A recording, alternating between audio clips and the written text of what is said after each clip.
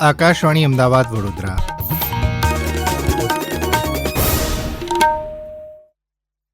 પ્રાદેશિક સમાચાર જયેશ વેગડા વાંચે છે. સૌપ્રથમ મુખ્ય સમાચાર. કેન્દ્રીય ગૃહ અને સહકારિતા મંત્રી અમિત શાહ આજે ગાંધીનગરમાં આંતરરાષ્ટ્રીય સહકાર દિવસની ઉજવણીમાં ભાગ લેશે. લોકસભામાં વિરોધ પક્ષના નેતા રાહુલ ગાંધી આજે અમદાવાદની મુલાકાતે. નીટ યુજી પરીક્ષા રદ ન કરવા કેન્દ્ર સરકારની સર્વોચ્ચ અદાલતમાં રજૂઆત.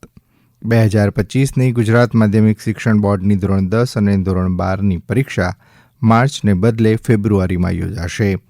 અને આજે અને આવતીકાલે ઉત્તર ગુજરાત અને દક્ષિણ ગુજરાતમાં અતિભારે વરસાદની આગાહી. સમાચાર વિગતવાર. આંતરરાષ્ટ્રીય સહકારિતા દિવસ નિમિત્તે આજે ગાંધીનગર ખાતે કેન્દ્રીય સહકારિતા મંત્રી અમિત શાહની અધ્યક્ષતામાં રાષ્ટ્રીય કક્ષાનો કાર્યક્રમ યોજાશે. સવારે 10:30 વાગે ગાંધીનગરથી રાષ્ટ્રીય કક્ષાના સહકારથી સમૃદ્ધિ કાર્યક્રમનો આરંભ થશે. ત્યારબાદ શ્રી શાહ બપોરે 2 વાગે બનાસકાંઠાના ચાંગડા ગામે સહકારી પાયલટ પ્રોજેક્ટની મુલાકાત અને મહિલા દૂધ ઉત્પાદકોને 0% વ્યાજના રૂપે ક્રેડિટ કાર્ડનું વિતરણ કરશે. સાંજે 5 વાગે ગોધરાના મહુલિયા ગામે સહકારી પાયલટ પ્રોજેક્ટની મુલાકાત લેશે. જ્યારે સાંજે 5:45 ગોધરાના પંચામૃત ડેરી ખાતે રાજ્યની તમામ જિલ્લા સહકારી બેન્કો અને ડેરીના ચેરમેનો સાથે બેઠક યોજશે. આ વર્ષે આંતરરાષ્ટ્રીય સહકારિતા દિવસ અને સહકાર મંત્રાલયનો સ્થાપના દિવસ એક જ દિવસે ઉજવવામાં આવશે. જેના ભાગરૂપે કેન્દ્ર સરકારે પ્રથમવાર સહકારિતા દિવસની રાષ્ટ્રીય કક્ષાની ઉજવણી ગુજરાતમાં કરવાનો નિર્ણય લીધો છે. આ કાર્યક્રમમાં ગુજરાત સહિત દેશભરમાંથી રાષ્ટ્રીય કક્ષાના સહકારના પ્રતિનિધિઓ, દૂધ મંડળીઓ, સંઘો, સહકારી બેન્કો, એપીએમસી સહિત વિવિધ સહકારી ક્ષેત્રો સાથે જોડાયેલા સંગઠનો, આગેવાનો અને સભાસદો સહભાગી થશે. કેન્દ્રીય ગૃહમંત્રી અમિત શાહ આવતીકાલે અમદાવાદના જમાલપુર ખાતે જગન્નાથ મંદિરમાં સવારે 4 વાગ્યાની મંગળા આરતીમાં ઉપસ્થિત રહેશે. ત્યારબાદ નારણપુરામાં આધુનિક મલ્ટી સ્પેશિયાલિટી હોસ્પિટલ સ્લિમ્સનું ઉદ્ઘાટન કરશે. ત્યારબાદ આંબાવાડી ખાતે અમીન પીજેકેપી વિદ્યાર્થી ભવનનું ઉદ્ઘાટન કરશે. લોકસભામાં વિરોધ પક્ષના નેતા રાહુલ ગાંધી આજે ગુજરાતની મુલાકાતે આવશે. શ્રી ગાંધી આજે બપોરે અમદાવાદ એરપોર્ટ પર આવશે. ટૂંકા રોકાણ દરમિયાન તેઓ કાર્યકરોને સંબોધશે. શ્રી ગાંધીએ લોકસભામાં એક ધર્મ અંગે કરેલા નિવેદનને પગલે તાજેતરમાં અમદાવાદના કોંગ્રેસ કાર્યાલય ખાતે તોડફોડ થઈ હતી. આ ઘટના બાદ ગુજરાત કોંગ્રેસે રાહુલ ગાંધીને અમદાવાદ આવવા નિમંત્રણ આપ્યું હતું. શ્રી ગાંધીની મુલાકાત પૂર્વે ગઈકાલે ગુજરાત પ્રદેશ કોંગ્રેસ પ્રમુખ શક્તિસિંહ ગોયલે રાજીવ ગાંધી ભવન ખાતે જિલ્લા પ્રમુખો સાથે બેઠક યોજી હતી. તેમણે ગુજરાત પ્રદેશ સંગઠનના પ્રભારીઓ અને વરિષ્ઠ સાંસદ મુકુલ વાસનિક સાથે પણ બેઠક યોજી હતી. સમગ્ર ગુજરાતમાંથી મોટી સંખ્યામાં કોંગ્રેસ કાર્યકરો રાજીવ ગાંધી ભવન ખાતે કાર્યક્રમમાં જોડાય તેવું આયોજન કરવામાં આવ્યું છે. અમદાવાદ શહેરી વિકાસ સત્તામંડળ ઓરડાના હસ્તકના શૈલા, સનાથળ, તેલાવ, મણિપુર, ગોધાવી વિસ્તારની ટીપી સ્કીમમાં રોડ રસ્તાના 100 કરોડ રૂપિયાના કામો, પાણી પુરવઠાના 285 કરોડ રૂપિયાના કામો તથા ડ્રેનેજને લગતા 240 કરોડના પ્રોજેક્ટની કામગીરી હાલ પ્રગતિમાં છે. તથા 180 કરોડ રૂપિયાના સ્ટ્રોમ વોટર નેટવર્કના કામો આયોજન હેઠળ છે, જે ટૂંક સમયમાં શરૂ કરવામાં આવશે તેમ ઓરડાએ જણાવ્યું છે. ઉલ્લેખનીય છે કે તાજેતરમાં અમદાવાદમાં પડેલા 7 થી 8 ઇંચ વરસાદમાં શૈલા વિસ્તારમાં વરસાદી પાણી તથા ગટરના પાણી ભરાવાની ફરિયાદો આવી હતી. આ સંદર્ભે ઓરડા દ્વારા ટૂંકા ગાળાનું આયોજન કરી સમસ્યાનું નિવારણ કરવાની કામગીરી હાથ ધરવામાં આવી છે. શૈલા વિસ્તારમાં 35 જેટલી નાની મોટી સોસાયટી કે ટાઉનશીપ આવેલી છે. અહીં 100 યુનિટથી વધુ મકાનો ધરાવતી સોસાયટીને વપરાશ પરવાનગીના સમયે પ્રવર્તમાન જીડીસીઆરના નિયમાનુસાર સુવેજ ટ્રીટમેન્ટ પ્લાન્ટની સુવિધા સોસાયટી કક્ષાએ કરવાની શરતને આધારે વપરાશ પરવાનગી આપવામાં આવી હતી. તેમ છતાં ડેવલપર્સ કે સોસાયટી દ્વારા ઓરડામાં આપવામાં આવેલી તેમની બાંહેધરીનું પાલન કરવામાં આવ્યું નથી તથા બિનઅધિકૃત રીતે ડ્રેનેજ જોડાણ કર્યું છે. ઓરડા દ્વારા 28 જેટલી સોસાયટીઓને આ અંગે નોટિસ પણ પાઠવવામાં આવી છે. કેન્દ્ર સરકારે શુક્રવારે સોગંદનામું દાખલ કરી ભારપૂર્વક રજૂઆત કરી છે કે 5 મેના રોજ યોજાયેલી નીટ યુજી પરીક્ષા રદ ન કરવામાં આવે. મેડિકલ પ્રવેશ પરીક્ષા નીટ યુજીમાં ગેરરીતિ મુદ્દે સર્વોચ્ચ અદાલતમાં સુનાવણી થાય તે પહેલાં સરકારે જણાવ્યું છે કે પરીક્ષાને સંપૂર્ણપણે રદ કરવાથી પરીક્ષામાં હાજર રહેલા લાખો પ્રામાણિક ઉમેદવારોની મહેનત પર પાણી ફરી વળશે.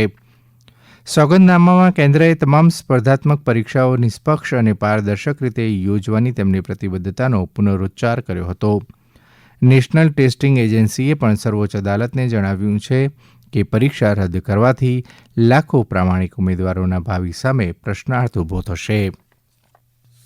દરમિયાન તબીબી વિજ્ઞાનમાં અનુસ્નાતક માટેની નીટ પીજીની પ્રવેશ પરીક્ષા 11 ઓગસ્ટના રોજ 2 ભાગમાં લેવાશે. તબીબી વિજ્ઞાન સંદર્ભમાં રાષ્ટ્રીય પરીક્ષા બોર્ડે પરીક્ષાનું નવું સમયપત્રક જાહેર કર્યું છે. ગત મહિને નીટ યુજીમાં કથિત ગેરરીતિ બાદ આ પરીક્ષા રદ કરી દેવામાં આવી હતી. વિદ્યાર્થીઓની રજૂઆત બાદ પરીક્ષાની નવી તારીખ જાહેર કરાઈ છે. આ સમાચાર આપ આકાશવાણીના અમદાવાદ વડોદરા કેન્દ્ર પરથી સાંભળી રહ્યા છો. આ સમાચાર આપ અમારી YouTube channel AIR news Gujarat પર પણ સાંભળી શકશો. વધુ સમાચાર માટે આપ અમારા ટ્વિટર હેન્ડલ AIR_ABAD ને ફોલો કરી શકો છો. વર્ષ 2025ની ગુજરાત માધ્યમિક શિક્ષણ બોર્ડની ધોરણ 10 અને ધોરણ 12ની પરીક્ષા માર્ચને બદલે ફેબ્રુઆરીમાં યોજાશે. શિક્ષણ બોર્ડે ગઈકાલે 2024-25ના પ્રસિદ્ધ કરાયેલા કેલેન્ડર પ્રમાણે ધોરણ 10 અને 12ની પરીક્ષા 27 ફેબ્રુઆરીથી શરૂ કરવામાં આવશે અને 13 માર્ચના રોજ પૂર્ણ થશે. અત્યાર સુધી ગુજરાત બોર્ડની પરીક્ષા માર્ચમાં શરૂ થતી હતી. વર્ષ દરમિયાન 237 દિવસનો અભ્યાસક્રમ કરાવવામાં આવશે. પ્રથમ શૈક્ષણિક સત્ર 27 ઓક્ટોબર સુધી ચાલશે. ત્યારબાદ 28 ઓક્ટોબરથી 21 દિવસના દિવાળી વેકેશનનો પ્રારંભ થશે. બીજું સત્ર 18 નવેમ્બરથી શરૂ થશે. ઉનાળુ વેકેશન 5 મેથી 8 જૂન સુધીનું રહેશે. શૈક્ષણિક વર્ષ દરમિયાન 18 જાહેર રજાઓ તથા 6 સ્થાનિક રજાઓ રહેશે. ગુજરાત ATS દ્વારા એક અફઘાન નાગરિકને 460 ગ્રામ હેરોઇન સાથે દિલ્હીથી ઝડપી લેવામાં આવ્યો છે. પાકિસ્તાની ડ્રગ માફિયા સાથે મળીને ગેરકાનૂની હેરોઇનના જથ્થાને ઓમાનના દરિયામાંથી ગુજરાતના વેરાવળ દરિયા કિનારે ઉતારી દિલ્હીમાં ડિલિવરી કરવાના કાવતરાનો પર્દાફાશ 5મી માર્ચના રોજ ATS દ્વારા કરવામાં આવ્યો હતો. આ અંગે ATSના DIG સુનિલ જોશીએ વધુમાં જણાવ્યું હતું કે દિલ્હી પોલીસની મદદથી એ જે શકમંદ માણસ છે એની જે જગ્યા પર એ વેચણી કરતો હતો ત્યાંથી એની ધરપકડ કરી અને એની ઝડપી દરમિયાન લગભગ 460 ગ્રામ હેરોઇનને પણ એનાથી રિકવરી કરવામાં આવેલી છે. એ જે માણસ મોહમ્મદ યાસીન એ મૂળ જલાલાબાદ અફઘાનિસ્તાનનો રહેવાસી છે. એ રિફ્યુજી સ્ટેટસ માટે એ એપ્લાય કરેલા છે. એ દિલ્હીમાં આનો છૂટક વેચાણ કરતો હતો. એ 2017માં અહીંયા આવ્યો હતો. જે તે વખતે મેડિકલ વિઝા માટે શું કાગળો લગાવ્યા હતા, કયા હોસ્પિટલ્સમાં એ તપાસ લીધી હતી, એ બધાની અમે ઇન ડ્યુ કોર્સ તપાસ કરી. સમગ્ર રાજ્યમાં ચોમાસું જામ્યું છે. હવામાન વિભાગે આજે અને આવતીકાલે ઉત્તર ગુજરાત અને દક્ષિણ ગુજરાતમાં અતિભારે વરસાદની આગાહી કરી છે. વિભાગના જણાવ્યા મુજબ બનાસકાંઠા, સાબરકાંઠા, અરવલ્લી, પંચમહાલ, દાહોદ, મહીસાગર, છોટાઉદેપુર, નર્મદા, ભરૂચ, સુરત, ડાંગ, તાપી, નવસારી, વલસાડ અને દીવ દાદરાનગર હવેલીમાં આજે અને આવતીકાલે અતિભારે વરસાદ થઈ શકે છે, જેથી તેના માટે ઓરેન્જ એલર્ટ આપવામાં આવ્યું છે.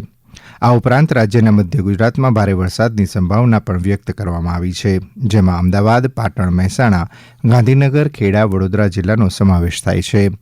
જ્યારે સૌરાષ્ટ્રના સુરેન્દ્રનગર, રાજકોટ, અમરેલી, ભાવનગર, બોટાદ અને મોરબીમાં પણ ભારે વરસાદની હવામાન વિભાગે આગાહી કરી છે. આ જિલ્લાઓ માટે યલો એલર્ટ આપવામાં આવ્યું છે.